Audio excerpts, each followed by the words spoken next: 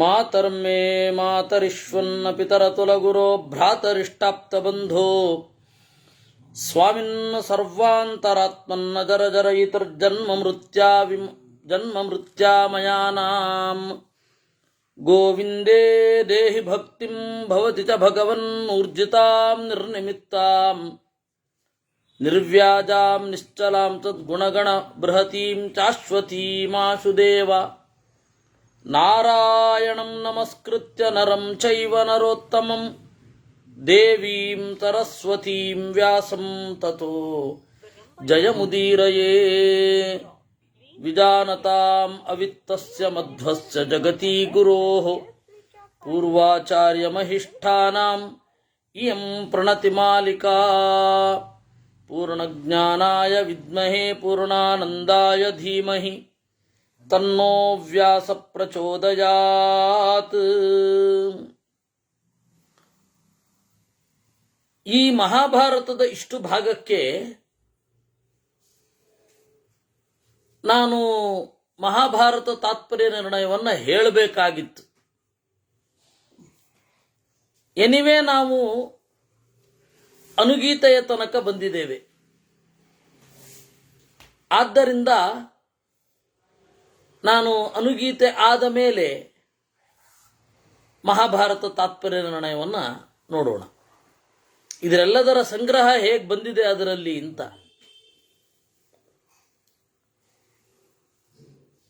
ನಿನ್ನೆ ಒಂದು ಕಥೆ ನೋಡ್ತಾ ಇದ್ವಿ. ಸಿದ್ಧ ಅಂದ್ರೆ ಸಿದ್ಧಿಯನ್ನ ಪಡೆದವ. ಇನ್ನೇನು ಮುಕ್ತನಾಗುವವ, ಇನ್ನೇನು ಮುಕ್ತಿ ನಿಶ್ಚಯ ಆಗೋಗಿದೆ ಅವನಿಗೆ. ಅಂಥವನ ಹತ್ರ ಹೋಗಿ ಕಾಶ್ಯಪ ಗೋತ್ರದ ಬ್ರಾಹ್ಮಣನೊಬ್ಬ ಪ್ರಾರ್ಥನೆ ಮಾಡಿದ, ಕೆಲವು ಪ್ರಶ್ನೆಗಳನ್ನು ಕೇಳಬೇಕು ಅಂತ ಇದ್ದೇನೆ ಅಂತ. ಲೋಕದಲ್ಲಿ ಹೇಗಾಗತ್ತೆ ಅಂತಂದ್ರೆ ಸಿದ್ಧರು ನಮಗೆ ಸಿಗೋದು ಕಷ್ಟ. ಈಗ ನಮ್ಮ ಪರಿಸ್ಥಿತಿಯಲ್ಲಿ ನೋಡಿ, ಶಾಸ್ತ್ರ ಈ ರೀತಿ ಹೇಳುತ್ತೆ ಅಂತ ಹೇಳಿ ವಾಕ್ಯ ಪ್ರಮಾಣಕರು ಶಾಸ್ತ್ರದ ಬಗೆಗೆ ಕೇಳಿದ ಪ್ರಶ್ನೆಗೆ ಶಾಸ್ತ್ರದ ಒಂದು ಪುಸ್ತಕವನ್ನೇ ಹಿಡಿದು ನಾವು ಉತ್ತರ ಕೊಡಬೇಕಾಗತ್ತೆ. ಅಥವಾ ರೀಡಿಂಗ್ ಬಿಟ್ವೀನ್ ದ ಲೈನ್ಸ್ ಏನಿರುತ್ತೆ ಅದನ್ನ ಇಟ್ಟುಕೊಂಡು ಪೂರ್ವೋತ್ತರಗಳಿಗೆ ವಿರೋಧ ಬಾರದಂತೆ ಉತ್ತರ ಕೊಡಬೇಕಾಗತ್ತೆ. ನಾವ್ಯಾರೂ ಸಿದ್ಧರಲ್ಲ. ಆದರೆ ಆ ಥರದ್ದೊಬ್ಬ ಸಿದ್ಧ ಸಿಕ್ಕಿದ್ರೆ ಒಬ್ಬ ಬ್ರಾಹ್ಮಣ ಏನೆಲ್ಲ ಕೇಳಬಹುದು, ಒಬ್ಬ ಜಿಜ್ಞಾಸು. ಆ ಪರಿಸ್ಥಿತಿ ಬಂತು. ಆ ಕಾಶ್ಯಪ ಗೋತ್ರದ ಬ್ರಾಹ್ಮಣ ಸಿದ್ಧನಿಗೆ ನಮಸ್ಕಾರ ಮಾಡಿ ಜ್ಞಾನೋಪದೇಶ ಮಾಡಿ ಅಂತ ಕೇಳಿದ. ಆಗ ಆ ಸಿದ್ಧ ಹೇಳಿದ, ನಾನು ಎಲ್ಲವನ್ನ ನೋಡಿಬಿಟ್ಟಿದ್ದೇನೆ. ಈ ಸಂಸಾರದ ಸ್ಯಾಚುರೇಷನ್ ಪಾಯಿಂಟ್ಗೆ ನಾನು ಬಂದ್ಬಿಟ್ಟಿದ್ದೇನೆ. ಎಲ್ಲವೂ ನೆನಪಿದೆ. ನಾನು ಅನುಭವಿಸಿದ ಅವಮಾನಗಳು, ನನ್ನ ಬೇರೆ ಬೇರೆ ಜನ್ಮಗಳು, ಆ ಜನ್ಮದಲ್ಲಿ ಉಂಡ ಸುಖ ದುಃಖಗಳು ಎಲ್ಲವೂ ಅನುಭವಿಸಿದ್ದೇನೆ. ಕಡೆಗೊಮ್ಮೆ ದೇವರ ಅನುಗ್ರಹದಿಂದ ತತಸ್ಸಿದ್ಧಿರಿಯಂ ಪ್ರಾಪ್ತ ಪ್ರಸಾದಾತ್ ಆತ್ಮನೋಮಯ, ದೇವರ ಅನುಗ್ರಹದಿಂದ ಈ ಸಿದ್ಧಿಯನ್ನ ಪಡೆದಿದ್ದೇನೆ. ಉಪಲಬ್ಧಾದ್ಯುಜ ಶ್ರೇಷ್ಠ ತತೇಯಂ ಸಿದ್ಧಿರುತ್ತಮ, ಇತಃಪರಂ ಗಮಿಷ್ಯಾಮಿ ತತಃ ಪರತರಂ ಮಹತ್. ಇನ್ನು ನಾನು ಇಲ್ಲಿ ಮರಳಿ ಬರೋದಿಲ್ಲ. ನನಗೆ ಮುಕ್ತಿ ಖಾತ್ರಿ. ಈ ಲೋಕದ ಒಳಗಡೆ ನನ್ನ ಜನ್ಮ ಇರೋದಿಲ್ಲ. ನಾಹಂ ಪುನರಿಹಾಗಂತ ಮರ್ತ್ಯಲೋಕಂ ದ್ವಿಜೋತ್ತಮ. ಮತ್ತೆ ನಾನು ವಾಪಸ್ಸು ಬರುವ ಪ್ರಯತ್ನವೇ ಇಲ್ಲ, ಪ್ರಶ್ನೆಯೇ ಇಲ್ಲ. ಇರಲಿ, ಇಂತಹ ಪರಿಸ್ಥಿತಿಯಲ್ಲಿ ನಾನಿದ್ದೇನೆ. ನೀನು ಬಂದು ಪ್ರಶ್ನೆ ಕೇಳಿದ್ದಿ, ನಾನೇನು ಅನುಭವಿಸಿದ್ದೇನೆ ಅದನ್ನ ಹೇಳಬಹುದು. ಪ್ರೀತೋಸ್ಮಿತೆ ಮಹಾಪ್ರಾಜ್ಞ ಬ್ರೂಹಿ ಕಿಂ ಕರವಾಣಿತೆ. ಪ್ರೀತನಾಗಿದ್ದೇನೆ, ಎಲೈ ಕಾಶ್ಯಪ ಗೋತ್ರದ ಬ್ರಾಹ್ಮಣನೇ, ಏನು ಬೇಕು ನಿನಗೆ? ಯದೀಪ್ಸು ರೂಪಸಂಪನ್ನಂ ತಸ್ಯ ಕಾಲೋಯಮಾಗತಃ. ನಿನಗೆ ಅರಿವು ಮಾಗುವ ಕಾಲ ಬಂದಿದೆ, ಅದರಿಂದಾಗಿಯೇ ನೀನು ನನಗೆ ಸಿಕ್ಕಿದ್ದಿ. ಭೃಶಂ ಪ್ರೀತೋಸ್ಮಿ ಭವತಃ ಚಾರಿತ್ರೇಥ ವಿಚಕ್ಷಣ. ನಾನು ನಿನ್ನ ಬಗೆಗೆ ಪ್ರೀತನಾಗಿದ್ದೇನೆ, ಏನು ಪ್ರಶ್ನೆ ಬೇಕಾದರೂ ಕೇಳಬಹುದು, ನಾನು ಉತ್ತರ ಕೊಡ್ತೇನೆ. ಬಹುಮನ್ಯೇಚ ಬುದ್ಧಿಂತೆ, ಒಬ್ಬ ಸಿದ್ಧನನ್ನ ಗುರುತಿಸಿದ ನಿನ್ನ ಬುದ್ಧಿಯನ್ನು ನಾನು ಶ್ಲಾಘನೆ ಮಾಡುತ್ತೇನೆ. I am appreciating you. ಯಾಕೆ ಅಂತ ಹೇಳಿದ್ರೆ, ಒಬ್ಬ ಸಿದ್ಧನನ್ನ ಗುರುತಿಸಿದ್ದೀಯಲ್ಲ, ಅಷ್ಟು ಇಂಟೆಲಿಜೆಂಟ್ ಅಂತ ಅರ್ಥ ಅಲ್ವಾ? ಅದಕ್ಕೆ ಒಂದು ಒಳಗಣ್ಣು ಬೇಕು, ಆ ಒಳಗಣ್ಣು ನಿನಗಿದೆ. ಏನಾಹಂ ಭವತಾ ಬುದ್ಧೋ ಮೇಧಾವಿ ಹಸಿ ಕಾಶ್ಯಪ. ಒಳ್ಳೆ ಮೇಧಾವಿ ಇದ್ದೀನಿ, ಇಲ್ಲ ಅಂದ್ರೆ ನಾನು ಯಾರು ಗೊತ್ತೇ ಆಗಲ್ಲ ಯಾರಿಗೂ. ಒಬ್ಬ ಮನುಷ್ಯನ ಆಳವನ್ನ ಒಳಗಣ್ಣಿನಿಂದ ಗುರುತಿಸೋದಿದೆಯಲ್ಲ, ಅದಕ್ಕೆ ಭಯಂಕರ ಪ್ರಜ್ಞೆ ಬೇಕು. ನಮಗದಿಲ್ಲ. ಅದರಿಂದಾಗಿಯೇ ಓಹೋ ಏನು ಸರ್ಟಿಫಿಕೇಟೋ, ಇದು ಓದಿದಿರೋ, ಅದ್ಯಾವುದೂ ಇಲ್ಲ. ನೇರವಾಗಿ ನನ್ನನ್ನು ಗುರುತಿಸಿದ್ದೀ ಅಂದ್ರು ಅನ್ನುವಲ್ಲಿಗೆ 17ನೇ ಅಧ್ಯಾಯ ಮುಗೀತು. ಆಗ ಕಾಶ್ಯಪ ಬ್ರಾಹ್ಮಣ ಕೇಳ್ತಾನೆ, ಕಥಂ ಶರೀರಾಚ್ಯವತೆ ಕಥಂ ಚೈವೋಪಪದ್ಯತೆ. ಈ ಶರೀರದಿಂದ ಒಬ್ಬ ಜೀವ ಹೇಗೆ ಕಳಚಿಕೊಳ್ತಾನೆ ಅಂತ ಹೇಳಿ. ಸಾಯೋದು ಎಲ್ಲರಿಗೂ ಗೊತ್ತು, ಸಾವಿನ ಅನಿವಾರ್ಯತೆಯನ್ನ ಯಾರೂ ಪ್ರಶ್ನೆ ಮಾಡಲ್ಲ. ಸಾವಿನ ಅನಿವಾರ್ಯತೆಯ ಬಗ್ಗೆ ಯಾರಿಗೂ ಗೊತ್ತಿಲ್ಲದೇ ಇಲ್ಲ, ಎಲ್ಲರಿಗೂ ಗೊತ್ತು. ಕಥಂ ಶರೀರಾಚ್ಯವತೆ, ಈ ಶರೀರದಿಂದ ಹೇಗೆ ಹೋಗ್ತಾನೆ. ಕಥಂ ಚೈವ ಉಪಪದ್ಯತೆ, ಶರೀರದ ಒಳಗಡೆ ಹೇಗೆ ಸೇರ್ಕೊಳ್ತಾನೆ. ಶರೀರದ ಒಳಗಡೆ ಹೋಗೋದು ಹೇಗೆ, ಶರೀರದಿಂದ ಹೊರಗಡೆ ಹೋಗೋದು ಹೇಗೆ, ಎರಡೂ ಬೇಕು. ಆದರೆ ಶರೀರದ ಒಳಗಡೆ ಹೇಗೆ ಬರ್ತಾನೆ ಅಂತ ಆಮೇಲೆ ನೋಡೋಣ. ಮೊದಲು ಶರೀರದಿಂದ ಹೇಗೆ ಹೋಗ್ತಾನೆ ಅಂತ ಕೇಳ್ತೇನೆ. ಕಥಂ ಶರೀರಾಚ್ಯವತೆ ಕಥಂ ಚೈವ ಉಪಪದ್ಯತೆ. ನಾವು ಹೀಗೆ ಉಲ್ಟಾನೇ ಹೋಗ್ಬೇಕಲ್ವಾ? ಯಾಕೆಂದ್ರೆ ಈ ಪ್ರಶ್ನೆ ಮಾಡಬೇಕಾದ ಬುದ್ಧಿ ಬರಬೇಕಾದ್ರೆ ನಾವು ಇನ್ನೇನು ಸಾವಿಗೆ ಹತ್ರ ಆಗ್ತಾ ಇರ್ತೀವಿ. ಅದರಿಂದಾಗಿ ಅವನು ಇಲ್ಲಾಂದ್ರೆ ಪ್ರಶ್ನೆ ಮಾಡೋ ಬುದ್ಧಿನೇ ಬರೋಲ್ಲ. ಯಾರೋ ಹೇಳ್ತಾ ಇದ್ರು, ನ್ಯೂಟನ್ನು ಸೇಬು ತಲೆ ಮೇಲೆ ಬಡಿದು ಅವನಿಗೆ ಇದೆಲ್ಲ ಸಾಕ್ಷಾತ್ಕಾರ ಆಯಿತು, ಆದರೆ ಸೇಬಲ್ ಮೇಲ್ಗಡೆ ಹೇಗೆ ಹೋಗಿ ಕೂತ್ಕೊಳ್ತು ಅನ್ನೋದೇ ಅವನು ಯೋಚನೆ ಮಾಡಲಿಲ್ಲ ಅಂತ. ಹಾಗೆ ಕಥಂ ಕಷ್ಟಾಚ್ಚ ಸಂಸಾರಾತ್ ಸಂಸಾರಿ ಪರಿಮುಚ್ಯತೆ, ಒಟ್ಟಾರೆ ಸಂಸಾರದಿಂದ ಹೇಗೆ ಬಿಡುಗಡೆಗೊಳ್ತಾನೆ. ಆತ್ಮಾನಂ ವಾ ಕಥಂ ಯುಕ್ತಂ ತಚ್ಚರೀರಂ ವಿಮುಚ್ಯತೆ, ಅವನ ಶರೀರ, ಅದರಿಂದ ಜೀವ ಹೇಗೆ ಬಿಡುಗಡೆಗೊಳ್ತಾನೆ. ಕಥಂ ಶುಭಾಶುಭೇ ಚಾಯಂ ಕರ್ಮಣಿ ಸ್ವಕೃತೇ ನರಃ, ಪುಣ್ಯ ಆಗಲಿ ಪಾಪ ಆಗಲಿ ಅವನು ಮುಂದಿನ ಜನ್ಮದಲ್ಲಿ ಉಣ್ತಾನೆ ಅಂದ್ರೆ ಹೇಗೆ. ಒಂದು ವೇಳೆ ದೇಹವೇ ಅವನು ಬರಲಿಲ್ಲ, ಇವಾಗ ಸತ್ತ ಮೇಲೆ ತಿರುಗ್ತಾ ಇದ್ದ ವಾತಾವರಣದಲ್ಲಿ ಇನ್ನೊಂದು ದೇಹವನ್ನು ಸೇರಲೇ ಇಲ್ಲ, ಆ ಸಂದರ್ಭದಲ್ಲಿ ಈ ಪಾಪ ಪುಣ್ಯಗಳು ಅವನಿಗೆ ಯಾವ ಪರಿಣಾಮವನ್ನು ಉಂಟು ಮಾಡುತ್ತವೆ ಹೇಳಿ ನಮಗೆ. ಇದನ್ನ ನೀವೆಲ್ಲ ಬಲ್ಲವರಾದ್ದರಿಂದ ಕೇಳ್ತಾ ಇದ್ದೀನಿ ಅಂತಂದ. ಆಗ ಆ ಬ್ರಾಹ್ಮಣ ನುಡಿದ, ಸಿದ್ಧ ಅಸ್ಮಿನ್ನೇವಾಚು ಫಲದ ಆಯುಷ್ಯಾಸ್ತು ಕ್ರಿಯಾಸ್ಮೃತಾ ಆಯುಕೃತ್ಯ ಕರಾಣೀಹ ಯಾನಿ ಕರ್ಮಾಣಿ ಸೇವತೆ. ಆಯುಷ್ಯವನ್ನ ಪಡೆದುಕೊಳ್ಳಲಿಕ್ಕೆ, ಆಯುಷ್ಯವನ್ನು ವಿಸ್ತರಿಸಿಕೊಳ್ಳಲಿಕ್ಕೆ ಇಲ್ಲಿಯೇ ಕರ್ಮಗಳುಂಟು. ಇಲ್ಲಿಯ ಕರ್ಮಗಳಿಂದ ಆಯುಷ್ಯ ಅನ್ನೋದು ವಿಸ್ತಾರ ಆಗ್ತಾ ಹೋಗುತ್ತೆ. ಆಯುಕೃತ್ಯ ಕರಾಣೀಹ ಯಾನಿ ಕರ್ಮಾಣಿ ಸೇವತೆ, ಆ ಎಲ್ಲ ಕರ್ಮಗಳು ಕ್ಷೀಣ ಆದ ಮೇಲೆ ಈ ಶರೀರದಿಂದ ಹೋಗ್ತಾನೆ. ಆಯುಕ್ಷಯ ಪರೀತಾತ್ಮ ವಿಪರೀತಾನಿ ಸೇವತೆ, ಯಾವಾಗ ಆಯುಷ್ಯ ಹೋಗಬೇಕು ಅಂತ ಇರುತ್ತೆ ಆಗ ವಿಪರೀತವಾದದ್ದನ್ನು ಮಾಡ್ತಾನೆ. ಬುದ್ಧಿರ್ವ್ಯಾವರ್ತತೆ ತಸ್ಯ ವಿನಾಶೇ ಪ್ರತ್ಯುಪಸ್ಥಿತೇ. ವಿನಾಶ ಬಂದಾಗ ಅವನ ಬುದ್ಧಿ ಏಮಾರುತ್ತೆ, ಅಥವಾ ಅವನ ಬುದ್ಧಿ ಏನೇನೋ ಯೋಚನೆ ಮಾಡುತ್ತೆ, ಸರಿಯಾದ ವಿಷಯವನ್ನು ಗ್ರಹಿಸೋದಿಲ್ಲ. ಸತ್ವಂ ಬಲಂಚ ಕಾಲಂಚಾಪ್ಯವಿದಿತ್ವಾತ್ಮನಸ್ತಥಾ ಅತಿವೇಲಮುಪಶ್ನಾತಿ ತೈರ್ವಿರುದ್ಧಾನ್ಯನಾತ್ಮವಾನ್.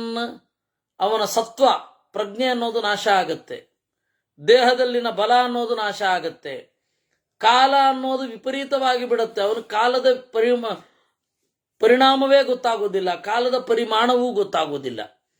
ಅತಿವೇಲಂ ಉಪಾಶ್ನಾತಿ, ಎಲ್ಲ ಭೋಗಗಳನ್ನು ಓವರ್ ಆಗಿ ಮಾಡ್ಲಿಕ್ಕೆ ಹೋಗ್ತಾನೆ. ಅವನಿಗೆ ಎಷ್ಟು ಯೋಗ್ಯತೆ ಇದೆಯೋ ಅದಕ್ಕಿಂತ ಜಾಸ್ತಿ ಮಾಡ್ಲಿಕ್ಕೆ ಪ್ರಯತ್ನ ಪಡ್ತಾನೆ. ಏಕೆಂದ್ರೆ ಭೂಮಿಯಲ್ಲಿನ ಭೋಗಕ್ಕೆ ಒಂದು ಮಿತಿ ಇದೆ, ಅದೆಲ್ಲರಿಗೂ ಗೊತ್ತು. ಅದನ್ನು ಮಿತಿ ಮೀರಿ ಮಾಡೋದು ಅಂತ ಹೋಗ್ತಾರೆ. ಅದೇ ದುಷ್ಟತನದ ಆರಂಭ ಅಥವಾ ಚಟದ ಆರಂಭ ಆಗೋದೇ ಅಲ್ಲಿ. ಯಾವುದೇ ಒಂದು ವಸ್ತುವಿನಿಂದ ಇದರಿಂದ ಎಷ್ಟು ಸುಖ ಸಿಗಬೇಕೋ ಅದಕ್ಕಿಂತ ಹೆಚ್ಚು ಸುಖವನ್ನು ಎಕ್ಸ್ಪೆಕ್ಟ್ ಮಾಡಿದಾಗ ಆ ವಸ್ತುವನ್ನು ಹೆಚ್ಚು ತಗೊಳ್ತಾನೆ. ಅದೇ ಅಲ್ವಾ ಚಟದ ಆರಂಭ. ನನಗೆ ಆನಂದ ಸಿಗೋದೇ ಇಷ್ಟು, ಆದರೆ ಸಿಗುವ ಇಷ್ಟು ಆನಂದವನ್ನ ಮನಗಾಣದೆ ಅವನೇನ್ ಮಾಡ್ತಾನೆ, ಹೆಚ್ಚು ಆನಂದವನ್ನ ಪಡೀಬೇಕು ಅಂತ. ಹೆಚ್ಚು ಆನಂದ ಪಡಿಬೇಕು ಅಂದ್ರೆ ಅದನ್ನ ಬಿಡಬೇಕು ಅಂತ ಗೊತ್ತಾಗಲ್ಲ, ಅದನ್ನ ಇನ್ನಷ್ಟು ಹಿಡ್ಕೊಳ್ತಾನೆ. ಇದು ಪ್ರಾಬ್ಲಮ್.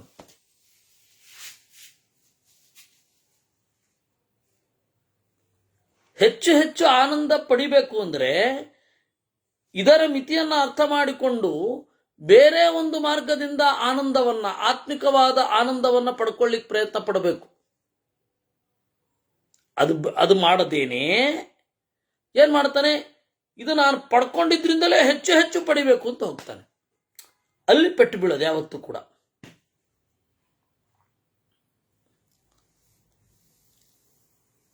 ಯದಾಯಮತಿ ಕಷ್ಟಾನಿ ಸರ್ವಾಣ್ಯುಪನಿಷೇವತೆ ಅತ್ಯರ್ಥಮಪಿ ವಾ ಭುಂಕ್ತೆ ನ ವಾ ಭುಂಕ್ತೆ ಕದಾಚನ. ಯಾವುದನ್ನು ತೆಗೆದುಕೊಂಡ್ರೆ ಮನಸ್ಸು ಕಶ್ಮಲ ಆಗತ್ತೋ ಅದನ್ನು ಹೆಚ್ಚು ತಗೊಳ್ತಾನೆ. ಪ್ರಜ್ಞಾನಾಶ, ದೇಹನಾಶ ಒಟ್ಟಿಗೆ ಆಗ್ತಾ ಹೋಗುತ್ತೆ. ಇನ್ನೊಂದು ಅತ್ಯರ್ಥಮಪಿ ವಾ ಭುಂಕ್ತೆ, ವಿಪರೀತ ಭೋಗಿಸ್ತಾನೆ. ವಿಪರೀತ ಭೋಗ ಅನ್ನೋದೇನಾಗತ್ತೆ, ಕ್ಷಯಕ್ಕೆ ಈಡು ಮಾಡುತ್ತೆ. ಅದು ಮಾಂಸಕ್ಷಯ ಆಗಿರಬಹುದು, ಧಾತುಕ್ಷಯ ಆಗಿರಬಹುದು, ಎಲ್ಲವೂ ಕೂಡ. ನವಾ ಭುಂಕ್ತೆ ಕದಾಚನ, ಒಂದೋ ಭೋಗಿಸೋದೇ ಇಲ್ಲ. ಈ ಓವರ್ ಯಾವಾಗ ಮಾಡ್ತಾನೆ ಅವಾಗ ಸಾವಿನತ್ತ ಹೆಜ್ಜೆ ಹಾಕ್ತಾನೆ. ಅಲ್ಲ, ಇದನ್ನ ಹಿತಮಿತವಾಗಿ ಭೋಗಿಸದೆ ಹೋದ್ರೂ ಸಾಯಲ್ವಾ ಅಂದ್ರೆ ಸಾಯ್ತಾನೆ, ಆದ್ರೆ ಹೀಗ್ ಸಾಯಲ್ಲ. ದುಷ್ಟಾನ್ನಂ ವಿಷಮಾನ್ನಂ ವಾ ಸಾತ್ವತೇನ ವಿರೋಧಿತ ಗುರುವಾಪಿ ಸಮಂ ಭುಂಕ್ತೆ ನಾತಿ ಜೀರ್ಣೇಪಿ ವಾ ಪುನಃ. ಸಾವಿನ ದಾರಿಗಳನ್ನ ಹೇಳ್ತೇನೆ ಕೇಳು, ಅಂದ್ರೆ ವೇಗವಾಗಿ ಸಾಗೋದು. ದುಷ್ಟಾನ್ನಂ, ತಾಮಸಾನ್ನವನ್ನು ಉಣ್ಣುತ್ತಾನೆ. ತಾಮಸಾನ್ನ ಹೇಳಿದರೆ ಭಾವದುಷ್ಟವಾದ ಅನ್ನ. ನಾನು ಯಾಕೆ ಬದುಕಿರಬೇಕು ಅಂತ ಹೇಳಿ ಅನ್ನಿಸಿಬಿಟ್ರೆ ಕೆಲವೊಮ್ಮೆ ಬೇಗ ಹೋಗೋದು ಉಂಟು. ತೀವ್ರವಾಗಿ ಅನ್ನಿಸ್ಬೇಕು, ಅದು ದುಷ್ಟಾನ್ನ. ಎರಡನೆಯದ್ದು ದುಷ್ಟಾನ್ನ ಹೇಳಿದರೆ ಕೃಷ್ಣ ಏನು ಹೇಳಿದ್ದಾನೆ, ಪೂತಿ, ಪರ್ಯುಷಿತ, ಯಾತಯಾಮಂ, ಗತರಸಂ, ಇವೆಲ್ಲ ಇದು. ಆದ್ದರಿಂದಾಗಿ ದುಷ್ಟಾನ್ನಂ. ಇನ್ನು ವಿಷಮಾನ್ನಂ ವಾ, ವಿಷಮವಾದ ಅನ್ನ. ವಿಷಮವಾದ ಅನ್ನ ಅಂದ್ರೆ ಏನು? ನಾವು ಒಂದನ್ನ ಜಾಸ್ತಿ ತಿನ್ನೋದು. 6 ರಸಗಳಲ್ಲಿ ಒಂದು ರಸವನ್ನು ವಿಪರೀತ ತಿನ್ನೋದು ಅದು ಕೂಡ ಡೇಂಜರಸ್. ಅದನ್ನು ವಿಷಮಾನ್ನ ಅಂತ ಕರೀತಾರೆ. ಸಾತ್ವತೇನ ವಿರೋಧಿಚ, ಸತ್ವಗುಣಕ್ಕೆ ಅತ್ಯಂತ ವಿರೋಧಿಯಾಗಿರುವಂಥದ್ದು ಗುರುವ ಅಥವಾ ವಿಪರೀತ ಅನ್ನ. ಎಲ್ಲ ಕ್ರಮಬದ್ಧವಾಗಿ ಇರುತ್ತೆ, ಎಲ್ಲ ಹಿತಮಿತವಾಗಿ ರಸ ಇರುತ್ತೆ, ಆದರೆ ಅದನ್ನು ವಿಪರೀತ ತಿಂತಾನೆ. ನಾತಿ ಜೀರ್ಣೇಪಿ ವಾ ಪುನಃ, ಅಜೀರ್ಣ ಆದರೂ ತಿಂತಾನೆ, ಬಿಡ್ಲಿಕ್ಕಿಷ್ಟ ಆಗಲ್ಲ. ವ್ಯಾಯಾಮಮತಿ ಮಾತ್ರಂ ವಾ ವ್ಯವಾಯಂ ವೋಪಸೇವತೆ ಸತತಂ ಕರ್ಮ ಲೋಭಾದ್ವಾ ಪ್ರಾಪ್ತ ವೇಗ ವಿಧಾರಣಂ. ಅತಿಮಾತ್ರಂ ವ್ಯಾಯಾಮಂ, ವಿಪರೀತ ವ್ಯಾಯಾಮ ಮಾಡ್ತಾನೆ, ಎಕ್ಸರ್ಸೈಸ್ ಓವರ್, 3 ಹೊತ್ತು ಜಿಮ್ಮಲ್ಲೇ ಇರ್ತಾನೆ, ಅವನು ಸತ್ತೋಗ್ತಾನೆ ಬೇಗ. ವ್ಯಾಯಾಮ ಮತಿ ಮಾತ್ರ ವ್ಯವಾಯಂ ವಾ ಉಪಸೇವತೆ, ವಿಪರೀತ ವ್ಯವಾಯ. ವ್ಯವಾಯ ಅಂದ್ರೆ ಮೈಥುನ, ಹೆಣ್ಣಿನೊಡನೆ ಎಣೆ ಇಲ್ಲದ ಮೈಥುನ, ಅವನು ಬೇಗ ಸಾಯ್ತಾನೆ. ವಿಚಿತ್ರ ವೀರ್ಯ. ರಘುವಂಶ ಕಾವ್ಯದಲ್ಲಿ ಅಗ್ನಿವರ್ಣ ಅಂತ ಹೇಳಿ ಕಡೇ ರಾಜ, ಅವನ ಬಗ್ಗೆಗೂ ಕೂಡ ಇದನ್ನೇ ಹೇಳ್ತಾನೆ ಕಾಳಿದಾಸ. ಆದ್ದರಿಂದ ವ್ಯವಾಯ ಸತತಂ ಕರ್ಮಲೋಭಾದ್ವಾ ಪ್ರಾಪ್ತವೇಗ ವಿಧಾರಣಂ. ಇನ್ನೊಂದು ವಿಪರೀತ ಚಟುವಟಿಕೆ. ನಮ್ಮಲ್ಲೊಬ್ಬ ಮಹಾನುಭಾವ ಇದ್ದ, ವಿಪರೀತ ಚಟುವಟಿಕೆ ಅಂದ್ರೆ ಸಾಧ್ಯವೇ ಇಲ್ಲ, ಅಂತ ಕೂತ್ಕೊಂಡಿರ್ಲಿಕ್ಕೆ ಆಗಲ್ಲ. 6 ಗಂಟೆ ನಿದ್ರೆನೂ ವೇಸ್ಟು ಅಂತ ಇದ್ದ ಅವನು. ಅವರು ಕೂಡ ಅದೇ ಪ್ರಾಬ್ಲಮ್ ಅಲ್ಲ, ಶಂಕರ್ನಾಗ್ ಮಾತ್ರ ಅಲ್ಲ, ನಾನು ಇನ್ನೂ 1-2 ಜನರನ್ನ ಹಂಗೆ ನೋಡಿದ್ದೇನೆ. ಓವರ್ ಆಕ್ಟಿವ್ ಆಗುತ್ತೆ, ಆಮೇಲೆ ರೆಸ್ಟೇ ತಗೊಳ್ಳಲ್ಲ. ಅವನಿಗೆ ಆ ವಿಪರೀತ ಆಕ್ಟಿವಿಟಿಗೆ ಅವನಿಗೆ ಹೃದಯದ ಸಮಸ್ಯೆ ಆಗಿ ಅವನನ್ನು ಹಾಸ್ಪಿಟಲ್ಗೆ ಅಡ್ಮಿಟ್ ಮಾಡಿದ್ರು, ಓಡಾಡಬೇಡ ಅಂತ ಹೇಳಿದ್ರು ಕೂಡ ಓಡಾಡ್ತಾನೆ ಇದ್ದ. ಆ ತರಹ ಹೋದವ್ರನ್ನು ನೋಡಿದ್ದೀನಿ ನಾನು. ಆದ್ದರಿಂದ ಸತತಂ ಕರ್ಮಲೋಭಾದ್ವ ಪ್ರಾಪ್ತ ವೇಗ ವಿಧಾರಣಂ, ವಿಪರೀತ ವೇಗ, ಅವರು ಬೇಗ ಹೋಗ್ತಾರೆ. ರಸಾನುಯುಕ್ತಮನ್ನಂ ವಾ ದಿವಾ ಸ್ವಪ್ನಂ ನಿಷೇವತೆ ಅಪಕ್ವಾನ್ನಂ ಗತೆ ಕಾಲೇ ಸ್ವಯಂ ದೋಷಾನ್ ಪ್ರಕೋಪಯೇತ್. ರಸಾನುಯುಕ್ತಮನ್ನಂ ವಾ, ರಸವನ್ನು ಅನ್ನವನ್ನು ಬೇರೆ ಬೇರೆಯಾಗಿ ತಗೊಳ್ಳೋದು, ಪೂರ್ತಿ ಅನ್ನ ತಿಂದು ಆಮೇಲೆ ಸಾರು ತಿನ್ನೋದು, ಈ ತರಹ ಮಾಡಿದ್ರು ಹೋಗ್ತಾನೆ.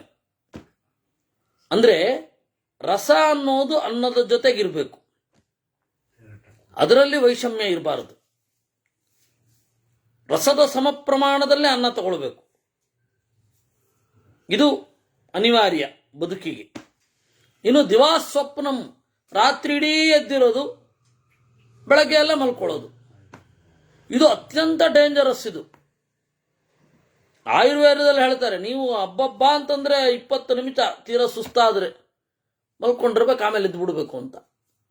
ಇವರು ಹಾಗಲ್ಲ, ರಾತ್ರಿ ಇಡೀ ಎದ್ದಿರ್ತಾರೆ, ಬೆಳಗ್ಗೆ ಇಡೀ ಮಲ್ಕೊಳ್ತಾರೆ. ಕಣ್ಣು ಕೂರಿದಾಗ ವಿಪರೀತ ಸುಸ್ತಾದಾಗ ರಾತ್ರಿ ಓದಿ ಬೆಳಗ್ಗೆ, ಆಚಾರ್ಯ ಹೇಳಿದ್ದಾರೆ ಅತ್ಯಶಕ್ಯೇತು ನಿದ್ರಾಯಾಮ್ ಪುನರೇವ ತಮಭ್ಯಸೇತ್ ಅಂತ. ರಾತ್ರಿ ಓದಿ ಅಡ್ಡಿ ಇಲ್ಲ, ಆದರೆ ಬೆಳಗ್ಗೆ ನಿದ್ರೆ ಆ ರಾತ್ರಿ ನಿದ್ದೆಗೆ ಸಮವಾಗಿರಬಾರದು. ಹಂಗೆ ರಾತ್ರಿ ಇಡೀ ಎದ್ದಿರೋದು, ಬೆಳಗ್ಗೆ ಪೂರ್ತಿ ನಿದ್ರೆ, 2 ಗಂಟೆಗೆ ಹೇಳೋದು ಬೆಳಗ್ಗೆ, ಅಂದ್ರೆ ಮಧ್ಯಾಹ್ನ 2 ಗಂಟೆಗೆ. ಆ ಥರ ಮಾಡೋರು ಇದ್ದಾರೆ. ರಾತ್ರಿ ಇಡೀ ಎದ್ದಿರ್ತಾರೆ, ಪಾಪ ನೈಟ್ ಇದಕ್ಕೆ ಹಾಕಿದ್ರೆ ಏನು ಮಾಡ್ತಾರೆ, ಅದೊಂದು ಹಣೆ ಬರಹ. ನೈಟ್ ಶಿಫ್ಟ್ಗೆ ಹಾಕಿಬಿಡ್ತಾರೆ, ಆ ಥರದಲ್ಲ ಆಗತ್ತೆ. ಅದು ಏನಾಗತ್ತೆ, ವಿಪರೀತ. ಸ್ವದೋಷಕೋಪನಾದ್ರೋಗಂ ಲಭತೆ ಮರಣಾಂತಿಕಂ. ಇನ್ನು ಅಪಕ್ವಾನ್ನಂ, ಪಕ್ವವಲ್ಲದ ಅನ್ನ, ಭಾರತದ ಪ್ರಾಚೀನ ಪಾಕ ಪದ್ಧತಿ ಏನಿದೆ, ಪಕ್ವವಾದ ಅನ್ನವನ್ನ ಅದು ಇಷ್ಟಪಡತ್ತೆ, ಬೇಯಿಸಿದ ಅನ್ನ. ಕೆಲವರು ಏನ್ ಮಾಡ್ತಾರೆ, ಬೇಯಿಸದ ಅನ್ನವನ್ನ ತಿಂತಾರೆ. ಬೇಯಿಸದ ಅನ್ನ, ಇಷ್ಟೆಲ್ಲ ಆರೋಗ್ಯದ ವಿಧಾನಗಳನ್ನು ಹೇಳ್ತಾರೆ. ಅಂದ್ರೆ ಇದೆಲ್ಲ ಆಯುರ್ವೇದಕ್ಕೆ ನೇರ ಸಂಬಂಧಪಟ್ಟಿದ್ದು. ಸ್ವಯಂ ದೋಷಾನ್ ಪ್ರಕೋಪಯೇತ್, ಅಪಕ್ವಾನ್ನ ಅನ್ನೋದು ಈ ಎಲ್ಲ ದೋಷಗಳನ್ನ ಚೆನ್ನಾಗಿ ಪ್ರಚೋದನೆ ಮಾಡುತ್ತೆ.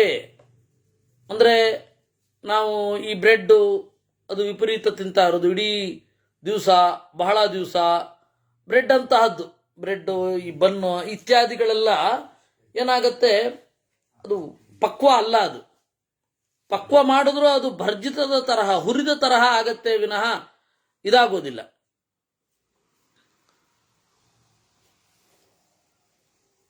ಇಲ್ಲವೇ ಇದ್ಯಾವುದೂ ದೋಷ ಆಗೋದಿಲ್ಲ. ಯಾವಾಗ ಅಪಕ್ವ ಅನ್ನವನ್ನ ತಿಂದ್ರೆ ಈ ಎಲ್ಲ ದೋಷಗಳು ಏರುತ್ತೆ.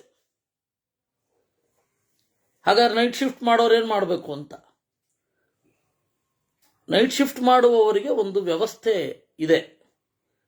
ನೀವು ಆ ನೈಟ್ ಶಿಫ್ಟಿನ ಕೆಲಸವನ್ನ ಸ್ವಲ್ಪ ದಿವಸ ಮಾಡಿದ್ರೆ ಅಡ್ಡಿ ಇಲ್ಲ, ಅದು ಜೀವನ ಧರ್ಮ. ಆದರೆ ಇನ್ನು ಕೆಲವರು ಏನ್ ಮಾಡ್ತಾರೆ, ಜೀವನ ಧರ್ಮ ಅದು, ನಾನು ರಾತ್ರಿ ಇಡೀ ಕೆಲಸ ಮಾಡ್ತೇನೆ, ನನಗೆ ಎಚ್ಚರ ಆಗೋದೇ ರಾತ್ರಿ ಅಂತ ಈ ರೀತಿ ಕನ್ಕ್ಲೂಡ್ ಮಾಡ್ಕೊಂಡಿರ್ತಾರೆ. ಅವ್ರಿಗೇನು ಆ ಥರ ಒತ್ತಡ ಇರಲ್ಲ, ಒತ್ತಡ ಇರಲ್ಲ, ಈ ತರಹ ಮಾಡ್ತಾರೆ. ನಾನು ಇರೋದೇ ಹೀಗೆ, ರಾತ್ರಿ ಇಡೀ ಎದ್ದಿರ್ತೇನೆ, ಬೆಳಗ್ಗೆ ನಂಗೆ ನಿದ್ರೆ ಬರಲ್ಲ, ಬೆಳಗ್ಗೆ ನಂಗೆ ಕೆಲಸ ಮಾಡ್ಲಿಕ್ಕೆ ಆಗಲ್ಲ, ರಾತ್ರಿ ನಿದ್ರೆ ಬರಲ್ಲ, ಹೀಗಾಗಿ ರಾತ್ರಿ ನಾನು ಹೀಗೆ ಮಾಡ್ತೇನೆ, ಬೆಳಗ್ಗೆ ನಿಧಾನವಾಗಿ ಹೇಳ್ತೇನೆ, ಈ ತರಹ. ಹಾಗೆ ಮಾಡಬೇಡಿ ಹೇಳುತ್ತಾರೆ. ಸ್ವದೋಷಕೋಪನಾದ್ರೋಗಂ ಲಭತೆ ಮರಣಾಂತಿಕಂ. ತನ್ನ ಶರೀರದ ಒಳಗಡೆ ಇರುವ ದೋಷಗಳನ್ನ ಬಡಿದೆಬ್ಬಿಸುವ ಕೆಲಸವನ್ನು ಒಬ್ಬ ಮಾಡಬಾರದು. ವಾತ ಪಿತ್ತ ಕಫ ಇದು ವಿಷಮವಾಗುವ ಹಾಗೆ ತನ್ನ ರೋಗವನ್ನು ಜಾಸ್ತಿ ಮಾಡ್ಕೊಳ್ಬಾರ್ದು. ಅವನ ಕೈನಲ್ಲೇ ಇರೋದದು. ಪ್ರಕೃತಿಯೊಡನೆ ಹಠಕ್ಕೆ ಬಿದ್ದಂತೆ ಹಠ ಮಾಡಿ ನಾನು ಈ ಕೆಲಸ ಮಾಡ್ತೇನೆ ಅಂತ ಮಾಡಬಾರದು. ಅದೆಲ್ಲ ಪ್ರಕೃತಿಯ ವಿರುದ್ಧ. ಎಷ್ಟು ದಿವಸ ನಮಗೆ ಇದನ್ನು ನೋಡೋದೇ ಇಲ್ಲ. ಒಬ್ಬ ಮಹಿಳಾಧಿಕಾರಿ, ಅವರು IAS ಬಹಳ ದೊಡ್ಡ ಪೊಸಿಷನ್ ಅಲ್ಲಿ ಇರ್ತಾರೆ. ಅವ್ರೇನ್ ಮಾಡ್ತಾರೆ, 2 ತಿಂಗಳ ಮಗುವಿನೊಂದಿಗೆ ಬಂದು ಕೆಲಸ ಮಾಡ್ತಾ ಇದ್ರು ಅಂತ ಹೇಳಿ ಅವರ ಹೆಗ್ಗಳಿಕೆ ಅಂತ. ಹೆಗ್ಗಳಿಕೆ ಅಲ್ಲ, ಮಗುವಿನ ಸಮಸ್ಯೆ ನೋಡ್ಬೇಕು ನೀವು, ಮತ್ತೆ ಆ ಹೆಣ್ಣಿನ ಸಮಸ್ಯೆ ನೋಡ್ಬೇಕು. ಅವ್ರಿಗೆ ಮುಂದೆ ಅದು ಯಾವ್ಯಾವ ಕಷ್ಟ ಆಗಿರುತ್ತೆ ಪೇಪರ್ನವ್ರು ಬೆನ್ನು ಹತ್ತಿ ಬರೀತಾರ. ಎಲ್ಲಾ ದೇಶಗಳು ಕೂಡ ಉದಾರವಾಗಿ ಲೀವ್ ಕೊಟ್ಟಿರುತ್ತೆ ಅವ್ರಿಗೆ, ಮೆಟರ್ನಲ್ ಲೀವ್ ಅಂತ. ಇನ್ನು ಇವ್ರಿಗೆ ಪಿತೃಗಳಿಗೂ ರಜೆಯನ್ನು ಕೊಡ್ತಾರೆ. ಅಂಥದ್ದು ನಾವು ತಗೊಳ್ಳಲ್ಲ ಅಂದ್ರೆ ಏನ್ ಮಾಡೋದು? ತಮ್ಮ ಒಳಗಡೆ ಇರುವ ದೋಷಗಳನ್ನ ಬಡಿದೆಬ್ಬಿಸುವ ಕೆಲಸವನ್ನ ಮಾಡಬಾರದು. ಪ್ರಕೃತಿಗೆ ಅನುಗುಣವಾಗಿ ನಡ್ಕೊಳ್ಬೇಕು ಅಷ್ಟೇ. ಯಾಕಂದ್ರೆ ನಾವು ಪ್ರಕೃತಿಗೆ ವಿರುದ್ಧ ಹೋಗ್ಲಿಕ್ಕೆ ಆಗಲ್ಲ. ಈ ಹಿನ್ನೆಲೆಯಲ್ಲಿ ಸ್ವದೋಷ ಕೋಪನ ಅನ್ನೋದು ಮಾಡಬಾರದು. ಅಥ ಚೇತ್ ಬಂದ ಅದೆಲ್ಲ ಮುಂದೆ ಏನ್ ಪ್ರಾಬ್ಲಮ್ ಆಗತ್ತೆ ಅದು ಯಾರು ಬೆನ್ನ ಹತ್ತಿ ಬರೆಯೋದಿಲ್ಲ. ಒಂದು ದಿವಸ ಫೋಟೋ ಬರುತ್ತೆ, ಅದು ಒಂದು ಪುಟ್ಟ ಕಾಲಮ್ಮಲ್ಲಿ ಈ IAS ಅಧಿಕಾರಿಣಿಯು ಕರ್ತವ್ಯ ಪ್ರಜ್ಞೆ ಎಷ್ಟಿದೆ ಅಂತಂದ್ರೆ, ಗರ್ಭಿಣಿಯಾಗಿದ್ದಾಗಲೂ ಕೂಡ ಗರ್ಭಿಣಿ ಅಲ್ಲ, ಮಗು ಇದ್ದಾಗಲೂ, 2 ತಿಂಗಳ ಮಗು ಇದ್ದಾಗಲೂ ಬಂದು ಕೆಲಸ ಮಾಡಿದ್ರು. ಮಾಡಿ ಅಂತ ಯಾರು ಹೇಳಿದ್ದು? ಸರ್ಕಾರ ರಜೆ ಕೊಟ್ಟಿಲ್ವಾ? ಅಥವಾ ನೀವು ಮಾಡೋದ್ರಿಂದ ಪ್ರಳಯ ನಿಲ್ಲತ್ತಾ? ನೀವು ಮಾಡದೇ ಇರೋದ್ರಿಂದ ಪ್ರಳಯ ಆಗತ್ತಾ? ಯಥಾ ಪ್ರಕಾರ ಎಲ್ಲ ನಡೀತಾನೆ ಇರುತ್ತೆ. ಅದನ್ನ ನೀವು ಆ ಮಗುವಿಗೆ ನಿಮಗೆ ಯಾಕೆ ಅನಾರೋಗ್ಯ ಉಂಟು ಮಾಡ್ಕೊಳ್ತೀರಾ? ಆಮೇಲೆ ಬೆನ್ನೋವೋ ಗಿನ್ನೋವೋ ಮಾರಣಾಂತಿಕ ಸಮಸ್ಯೆ ಬಂದಾಗ ಅದೇ ಕಾರಣ ಅಂತ ಬರೆಯೋ ಪತ್ರಕರ್ತ ಎಲ್ಲಿದ್ದಾನೆ? ಡಾಕ್ಟರ್ ಹೇಳ್ತಾರೆ ವೈಯಕ್ತಿಕವಾಗಿ, ನೀವು ಆ ಥರ ಮಾಡಿದ್ರಿ, ಅದು ನೋಡಿ ಈ ತರಹ ಆಗಿದೆ ಅಂತ. ಅದು ಎಲ್ಲ ಅವರವರ ಪರ್ಸನಲ್ ಆಗಿ ಮುಗಿದೋಗ್ಬಿಡತ್ತೆ. ಆ ಸಂಗತಿಗಳೆಲ್ಲ ಇರುತ್ತೆ. ಒಟ್ಟಾರೆ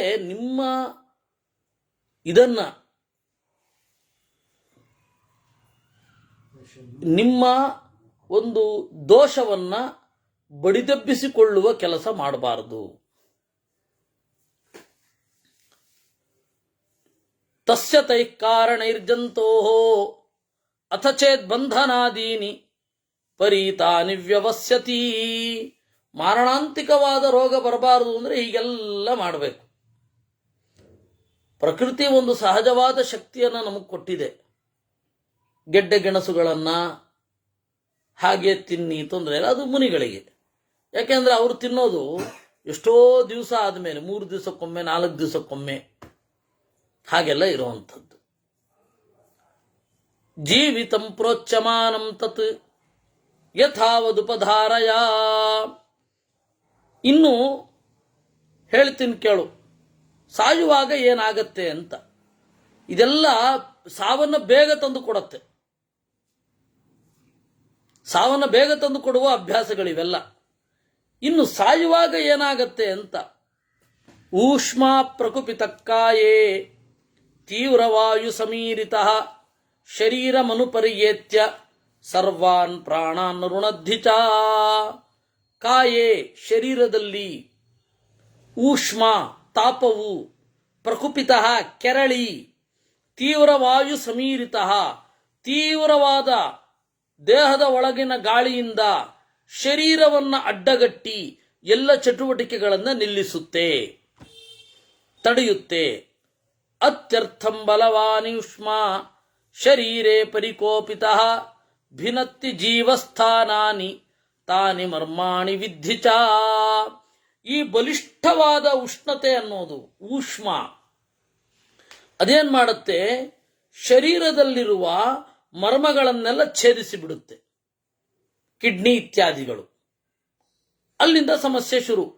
ತತಸ್ಸವೇದನ ಸದ್ಯೋ ಜೀವ ಪ್ರಚ್ಯವತೆ ಕ್ಷರನ್ ಶರೀರಂ ತ್ಯಜತೆ ಜಂತು ಛಿದ್ಯಮಾನೇಚು ಮರ್ಮಸು. ಆಗ ವಿಪರೀತ ನೋವನ್ನು ಅವನು ಪಡಿತಾ ಶರೀರವನ್ನು ಬಿಡುತ್ತಾನೆ. ಇದು ನಾರ್ಮಲ್. ವೇದನಾಭಿಪರೀತಾತ್ಮ ತದ್ವಿಧಿ ಭರತ ದ್ವಿಜ ಸತ್ತಮ. ಸಾಯುವಾಗ ನೋವು ಆಗುತ್ತೆ ಶರೀರವನ್ನು ಬಿಡುವಾಗ.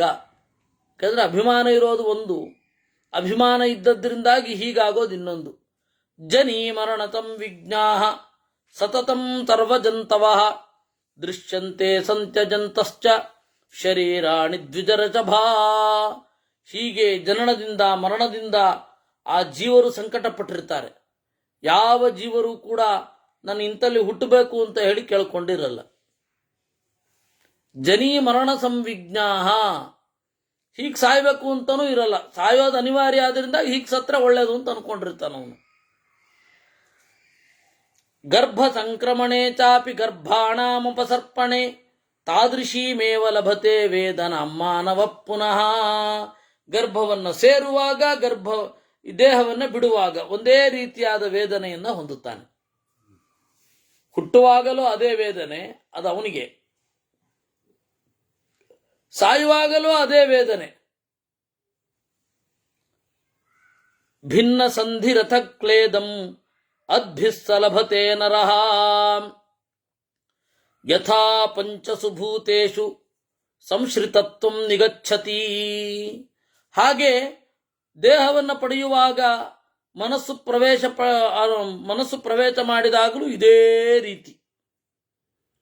ಯಸ್ಯ ಪಂಚಸು ಭೂತೇಷು ಪ್ರಾಣಾಪಾನೌ ವ್ಯವಸ್ಥಿತೌ ಸಗಚ್ಚತ್ಯುರ್ಧ್ವಗೋ ವಾಯು ಕೃಚ್ಛ್ರಾನ್ ಮುಕ್ತ್ವಾ ಶರೀರಿಣಂ. ಪ್ರಾಣ ಮತ್ತು ಅಪಾನ, ಉಸಿರಾಟದ 2 ಭಾಗಗಳು, 2 ಆಯಾಮಗಳು. ಅದು ಅವನು ಅದನ್ನು ಕಷ್ಟಪಟ್ಟು ಬಿಡುತ್ತಾನೆ. ಶರೀರಂಚ ಜಹಾತ್ಯೇವ ನಿರುಚ್ಛ್ವಾಸಶ್ಚ ದೃಶ್ಯತೆ. ಶರೀರ ಬಿಟ್ಟ ಮೇಲೆ ಅವನು ಸತ್ತಿದ್ದಾನೆ ಅಂತ, ಎಲ್ಲರೂ ಸತ್ತು ಹೋಗಿದ್ದಾನೆ. ಸತ್ ಅಂದ್ರೆ ನಿರ್ದುಷ್ಟನಾದ ಜೀವ ಸತ್. ಮತ್ತೆ ಇರುವವನು ತನ್ನ ಇರುವಿಕೆಯಿಂದ ಜಡದ ಇರುವಿಕೆಯನ್ನ ಜನರಿಗೆ ತೋರಿಸುವವ ಅವನು. ಆ ಈ ದೇಹದಲ್ಲಿ ಎಲ್ಲ ಕ್ರಿಯೆಗಳು ಉಂಟು ಯಾವಾಗ ಜೀವ ಇದ್ದಾಗ. ಅದರಿಂದಾಗಿ ಅವನು ಸಾರ ಅಂತ, ಸತ್ತು ಹೋದ, ಸಾರ ಅನ್ನೋದು ಹೊರಟೋಯ್ತು ಅಂತ ಅರ್ಥ, ಸತ್ತ ಅನ್ಲಿಕ್ಕೆ. ಈ ಹಿನ್ನೆಲೆಯಲ್ಲಿ ಶರೀರಂತ ಜಹಾತ್ಯೇವ ನಿರುಚ್ಛ್ವಾಸಶ್ಚ ದೃಶ್ಯತೆ. ಸನಿರೂಷ್ಮ ನಿರುಚ್ಛ್ವಾಸ ನಿಶ್ರೀಕೋ ಗತಚೇತನಃ ಪ್ರಾಣೇನ ಸಂಪರಿತ್ಯಕ್ತೋ ಮೃತ ಇತ್ಯುಚ್ಯತೆ ನರಃ. ಹೀಗೆ ನಿರೂಷ್ಮ, ಶರೀರದಲ್ಲಿ ಉಷ್ಣತೆ ಇರೋದಿಲ್ಲ, ನಿರುಚ್ಛ್ವಾಸ, ಉಸಿರಾಟದ ಏರಿಳಿತಗಳಿರೋದಿಲ್ಲ, ನಿಶ್ರೀಕ, ದೇಹದಲ್ಲಿ ಕಾಂತಿ ಇರೋದಿಲ್ಲ, ಗತಚೇತನಃ, ಯಾವ ಕ್ರಿಯೆಯೂ ಇರೋದಿಲ್ಲ, ಪ್ರಾಣ ಅವನನ್ನು ತ್ಯಾಗ ಮಾಡಿರ್ತಾನೆ, ಅವನನ್ನು ಮೃತ ಅಂತ ಕರೀತಾರೆ. ಅದು ವಾಯುನಾ ಸಂಪರಿತ್ಯಕ್ತೋ ಮೃತ ಇತ್ಯಭಿಧೀಯತೆ ಅಂತ ಹೇಳಿ ಅದು ಇರುವ ಪಾಠ, ಅಥವಾ ಪ್ರಾಣೇನ. ಅದು ಬೇಕಂತ ಕರ್ಮಣ ಸಂಪರಿತ್ಯಕ್ತ ಅಂತ ಈಗ ಪಾಠ ತಿದ್ದಿದ್ದಾರೆ. ಯಾಕೆಂದ್ರೆ ಪ್ರಾಣನ ಮೇಲಿನ ದ್ವೇಷ. ಸ್ರೋತೋಭಿ ಯೈರ್ವಿಜಾನಾತಿ ಇಂದ್ರಿಯಾರ್ಥಾನ್ ಶರೀರಭೃತ್ ತೈರೇವ ನಾಭಿಜಾನಾತಿ ಪ್ರಾಣಮಾಹಾರ ಸಂಭವಂ ತತ್ರೈವ ಕುರುತೆ ಕಾಯೇ ಯಸ್ಸ ಜೀವನ್ ಸನಾತನಃ. ಯಾವ ಇಂದ್ರಿಯಗಳ ಮೂಲಕ ಏನನ್ನ ತಿಳಿತಾನೋ ಅದೇ ಇಂದ್ರಿಯ ಈಗ ಉಂಟು, ಆದರೆ ಅನುಭವ ಇಲ್ಲ. ಆ ಇಂದ್ರಿಯಗಳಿಂದ ಅನುಭವ ಇಲ್ಲ. ಮೃತನ ಕಣ್ಣು ಆಹಾ ಚೆನ್ನಾಗಿದೆ, ನಾಡಿ ಬಲಿಷ್ಠವಾಗಿದೆ, ಏನು ಪ್ರಯೋಜನ? ಕಣ್ಣು ತೆರೆದು ಕಾಣಲಾಗುವುದಿಲ್ಲ. ಕಿವಿ ಎಷ್ಟು ಸೊಗಸಾಗಿದೆ, ಏನು ಪ್ರಯೋಜನ? ಕಿವಿಯಿಂದ ಏನು ಕೇಳಲಿಕ್ಕಾಗಲ್ಲ. ಯಾವ ಇಂದ್ರಿಯಗಳಿಂದ ಮೊದಲು ಕೇಳಿದ್ನೋ ಅದೇ ಇಂದ್ರಿಯಗಳಿಂದ ಏನೂ ಮಾಡಲಾಗದ ಪರಿಸ್ಥಿತಿಯಲ್ಲಿ ಜೀವ ಇರ್ತಾನೆ. ಅದೇ ಸಾವು ಅಂತನ್ನೋದು. ತೇಷಾಂ ಯದ್ಯದ್ಭವೇನ್ ಮುಕ್ತಂ ಸನ್ನಿಪಾತೆ ಕ್ವಚಿತ್ ಕ್ವಚಿತ್ ತತ್ತನ್ಮರ್ಮ ವಿಜಾನೀಹಿ ಶಾಸ್ತ್ರದೃಷ್ಟಂ ಹಿ ತತ್ತಥಾ.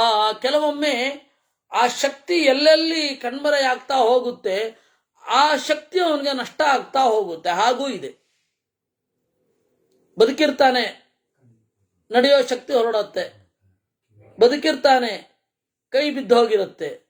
ಬದುಕಿರ್ತಾನೆ, ಕಿವಿ ಕೇಳೋದಿಲ್ಲ. ಹಾಗೂ ಆಗತ್ತೆ. ಅದು ಆಂಶಿಕವಾದ ಒಂದು ಗಮನವೂ ಆಗತ್ತೆ, ಆಂಶಿಕ ನಿರ್ಗಮನ.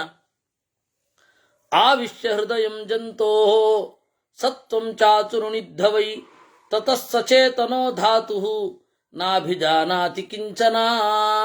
ಆಗ ಒಳ್ಳೆ ಕ್ರಿಯೆ ಇರುತ್ತೆ, ರಕ್ತ ಇರುತ್ತೆ, ಮಾಂಸ ಇರುತ್ತೆ, ಮೂಳೆ ಇರುತ್ತೆ, ಎಲ್ಲ ಇರುತ್ತೆ. ಆ ಧಾತುವೂ ಇರುತ್ತೆ, ವಾತ ಇದೆ, ಪಿತ್ತ ಇದೆ, ಕಫ ಇದೆ. ಆದರೆ ಎಂಥದೂ ಪ್ರಯೋಜನ ಇಲ್ಲ. ಯಾವ ಸೆನ್ಸೇಷನ್ನೂ ಇಲ್ಲ, ಸಂವೇದನೆಯೂ ಇಲ್ಲ. ಸಜೀವ ಪ್ರಚ್ಯುತ ಕಾಯಾತ್ ಕರ್ಮಭಿಸ್ವೈ ಸಮಾವೃತಃ ಅಂಕಿತಸ್ವೈ ಶುಭೈ ಪುಣ್ಯೈ ಪಾಪೈರ್ವಾಪ್ಯುಪಪದ್ಯತೆ. ಇಲ್ಲಿಂದ ಹೊರಡ್ತಾ ಅವನೇನ್ ಮಾಡ್ತಾನೆ, ತನ್ನ ಕರ್ಮಗಳ ಜೊತೆಗೆ ಹೋಗ್ತಾನೆ. ಆಂಶಿಕವಾದ ಇಂದ್ರಿಯಗಳು ಅವನ ಜೊತೆಗೆ ಬರುತ್ತೆ, ಇಂದ್ರಿಯಾಭಿಮಾನಿಗಳು ಬರ್ತಾರೆ.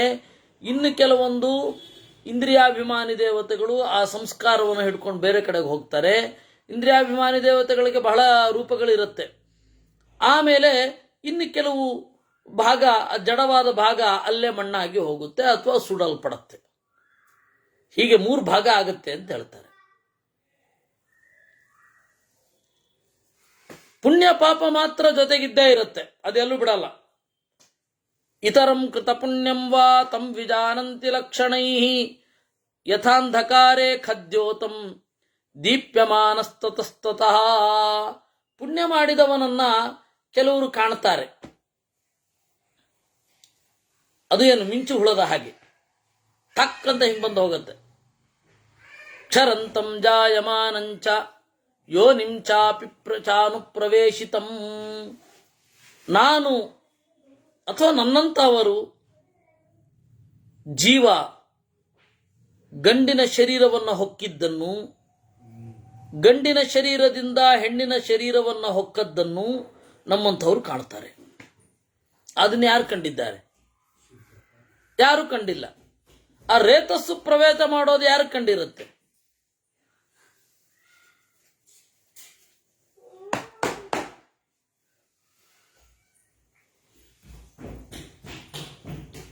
ಆ ರೇತಸ್ಸಿನ ಒಳಗಡೆ ಇರುವ ಜೀವ ಹೆಂಗ್ ಕಾಣ್ತಾನೆ? ಯಾರಿಗೂ ಕಾಣಲ್ಲ.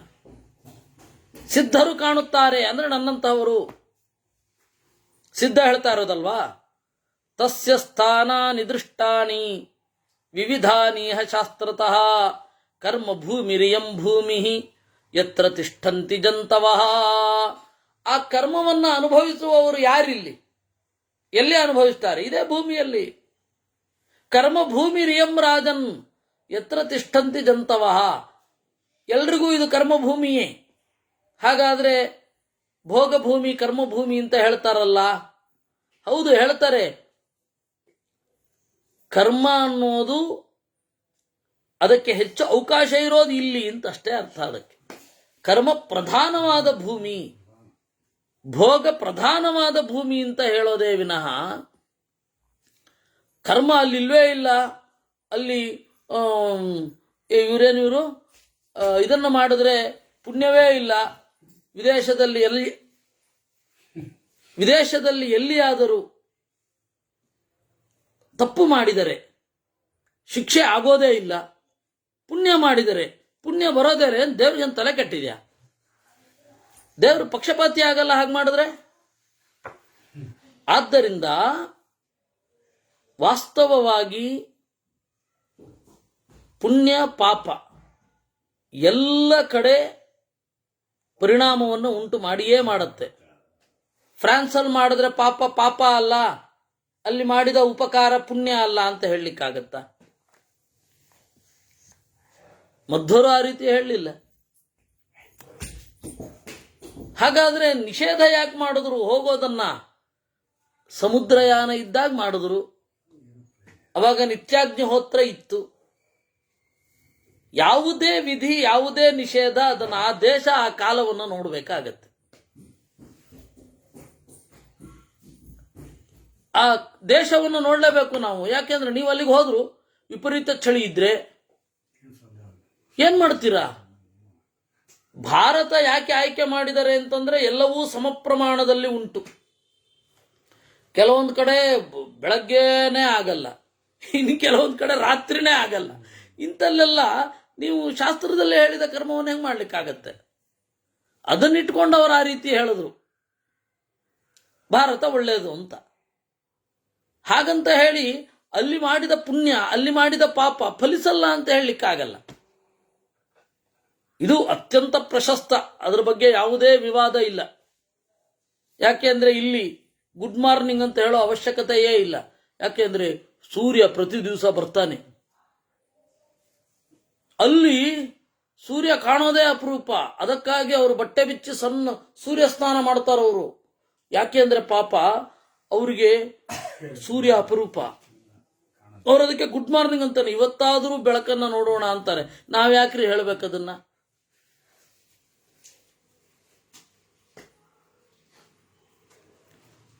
ಈ ಹಿನ್ನೆಲೆಯಲ್ಲಿ ಇಡೀ ಭೂಮಿಯೇ ಕರ್ಮಭೂಮಿ. ಕೇವಲ ಭೋಗ ಮಾತ್ರ ಅಂತಂದ್ರೆ ಅದು ಸ್ವರ್ಗ ಅಂತ ಹೇಳಿದಾಗ ಆಗ್ಲಿಲ್ವಾ? ಭೋಗ ಭೂಮಿ, ಪುಣ್ಯದಿಂದ ಗಳಿಸಿದ ಭೂಮಿ. ಸಕಾಮವಾದ ಯಜ್ಞಾದಿ ಕ್ರಿಯೆಗಳಿಂದ ಗಳಿಸಿದ ಭೂಮಿಯನ್ನ ಭೋಗ ಭೂಮಿ ಅಂತ ಕರೀತಾರೆ. ಅಲ್ಲಿ ಕರ್ಮ ಇಲ್ವೇ ಇಲ್ಲ. ಆದ್ರೆ ಇಲ್ಲಿ ಕರ್ಮ ಇದೆ. ಅಲ್ಲಿಯೂ ಕಷ್ಟಪಡೋರಿದ್ದಾರೆ, ಅಲ್ಲಿಯೂ ಪುಣ್ಯ ಮಾಡಿ ಎತ್ತರಕ್ಕೆ ಏರುವವರಿದ್ದಾರೆ. ಎಲ್ಲ ಕಡೆ ಎಲ್ಲರಿದ್ದಾರೆ. ಆದರೆ ಕರ್ಮಕ್ಕೆ ಹೆಚ್ಚು ಅನುಕೂಲವಾದ ಭೂಮಿ ಇದು ಅಂತ ಅಷ್ಟೇ ಅರ್ಥ.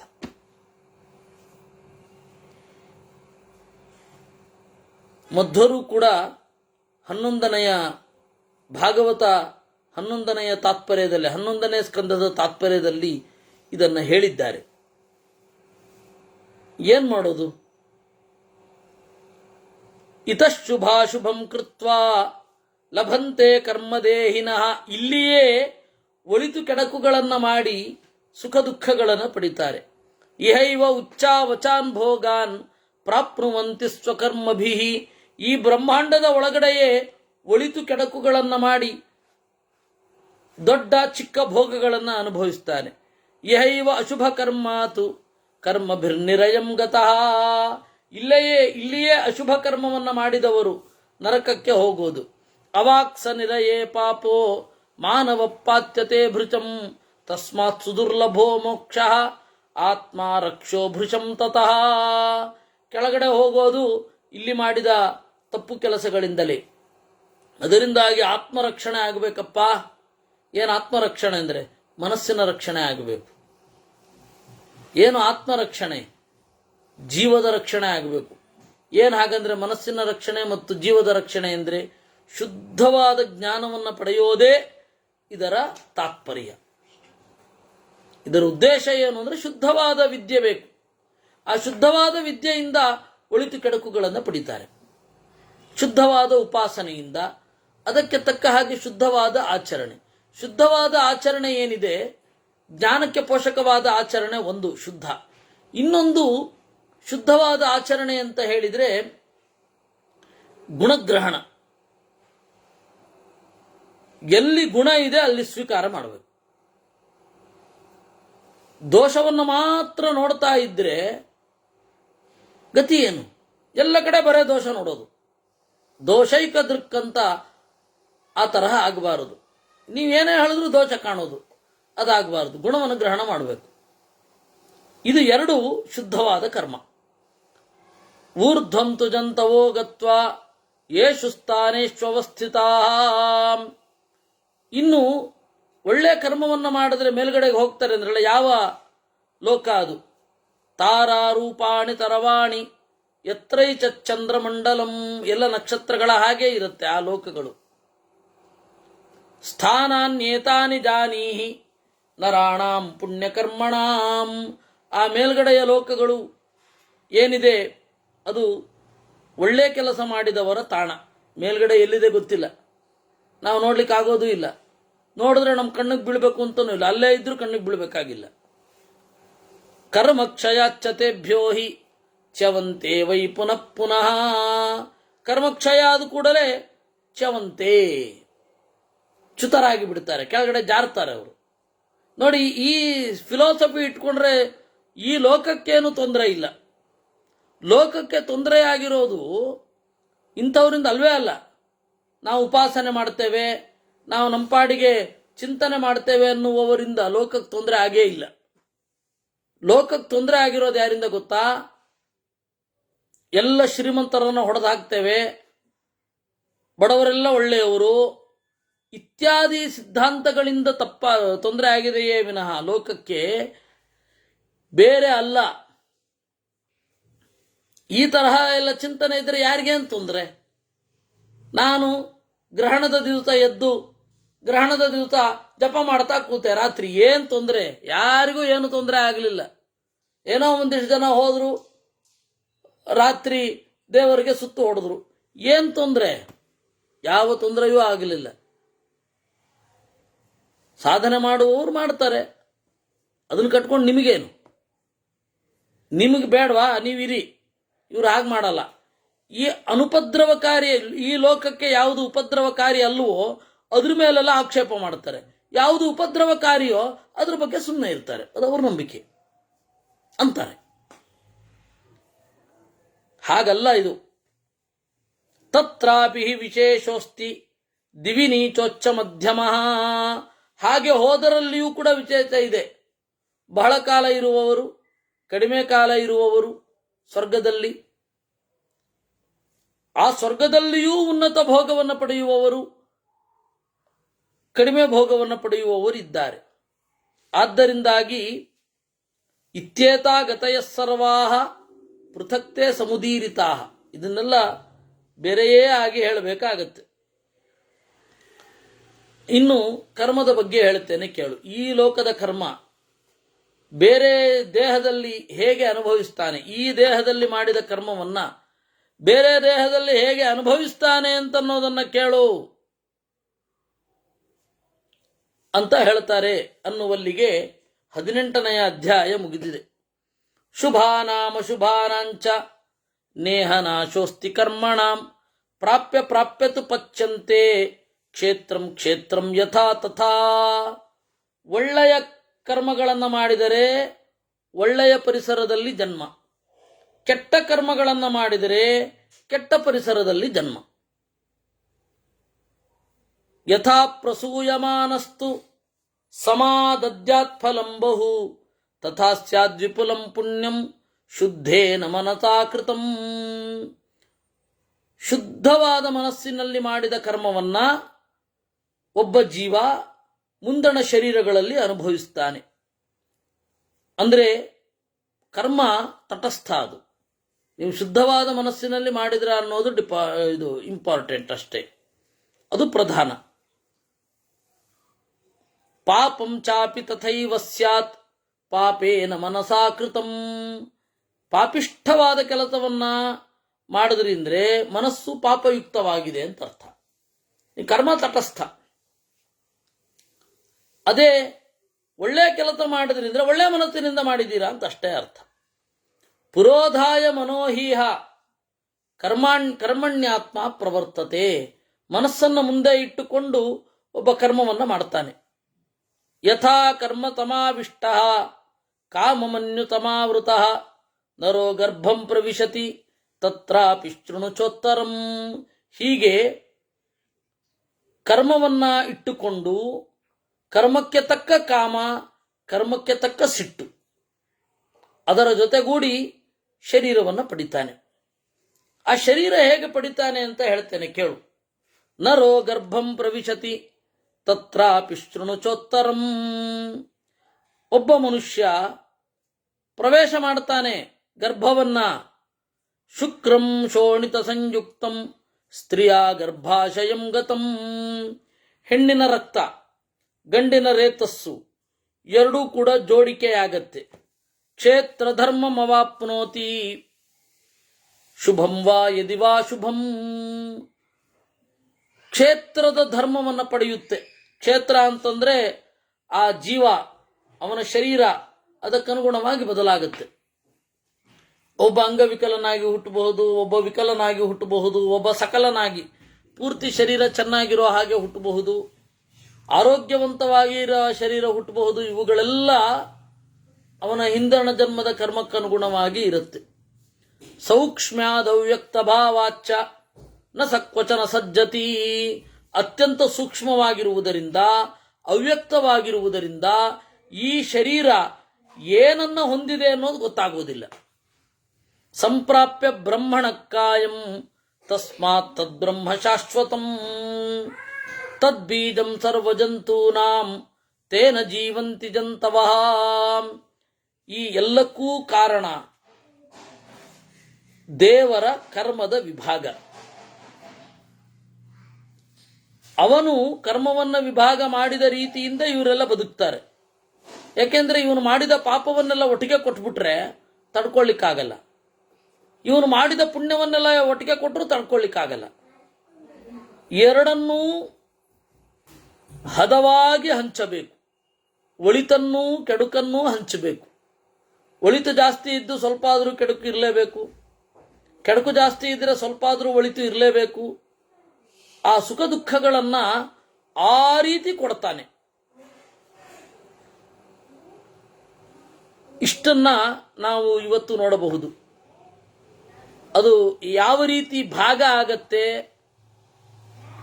ಆ ಪೂರ್ವದೇಹ ಕೃತವಾದ ಕರ್ಮ ಅಂತನ್ನೋದನ್ನ ಸ್ವಲ್ಪ ಮುಂದೆ ಹೇಳ್ತಾರೆ. ಅದನ್ನ ಮುಂದೆ ನೋಡುವ. ಕೃಷ್ಣಾರ್ಪಣಮಸ್ತು.